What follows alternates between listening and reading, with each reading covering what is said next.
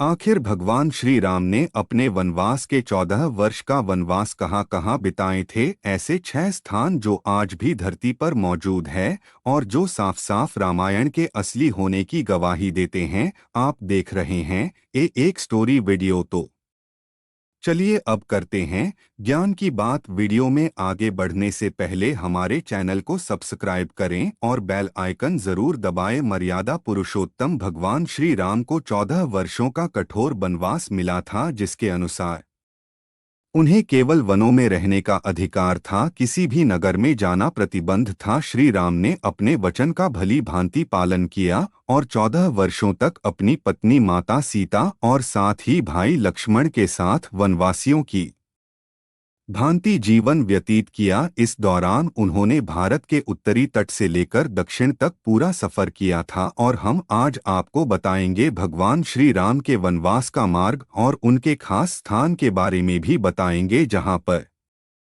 भगवान श्री राम रुके थे। सबसे पहले है तमसा नदी का तट। अयोध्या से विदा लेने के बाद भगवान श्री राम रथ में बैठकर आर्य सुमंत के साथ तमसा नदी के तट पर पहुंचे थे। अयोध्या की प्रजा छोड़ने को तैयार नहीं थी, इसीलिए सबसे पहले भगवान श्री राम ने अपना डेरा तमसा नदी के तट पर ही डाला था और सूर्योदय से पहले अयोध्या की प्रजा को बिना बताए कौशल देश की नगरी से बाहर निकल गए थे। कहते हैं कि अपने मित्र निषाद राज की नगरी श्रृंगवेरपुर नगरी के पास के वनों में पहुंचे थे और वहां पर उन्होंने एक दिन का विश्राम किया था। उनके मित्र ने उनको बहुत आदर सत्कार से वहां रखा। अगले दिन उन्होंने सुमंत को रथ लेकर अयोध्या लौट जाने का आदेश दिया और उन्होंने केवट के सहारे गंगा नदी को पार किया और कुरई गांव उतरे। अगला है प्रयाग। गंगा को पार कर भगवान श्री राम माता सीता लक्ष्मण तथा निषाद राज के साथ वह प्रयाग चले गए। उन्होंने त्रिवेणी की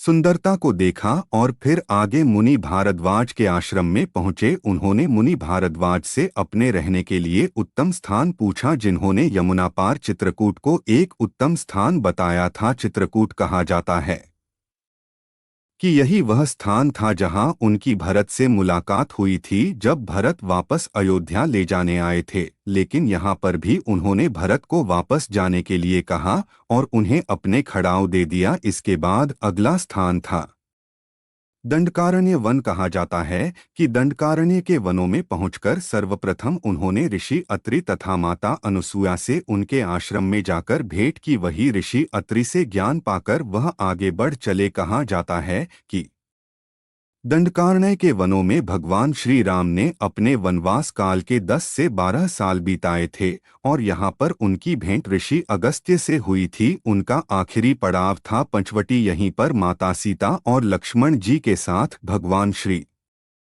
राम एक कुटिया बनाकर रहते थे और यहीं पर भगवान श्री राम को शूर्पणखा ने देखा था, जो उनकी तरफ मोहित हो गई थी। लेकिन माता सीता से विवाह के चलते शूर्पणखा को क्रोध आया और इसी बीच लक्ष्मण ने बीच में ही शूर्पणखा की नाक काट दी। यही वह स्थान है जहां रावण के भाई खर और दूषण से स्वयं भगवान श्री राम और लक्ष्मण का युद्ध हुआ था और उन्होंने खर और दूषण का वध कर दिया था। और यहीं पर रावण ने अपने मामा मरीज की सहायता से माता सीता का अपहरण कर लिया था और यही से माता सीता का अपहरण होने की वजह से श्री राम और लक्ष्मण जी की मुलाकात हुई सुग्रीव और हनुमान जी से हुई। और उसके बाद आप जानते ही हैं जहां स्वयं भगवान श्री राम ने वनवास के 14 वर्षों को काटा था। आशा करते हैं यह वीडियो आपको पसंद आया होगा। वीडियो पसंद आया है तो वीडियो को लाइक और चैनल को सब्सक्राइब करके प्लीज़ हमें आगे बढ़ने में हमारी मदद करें।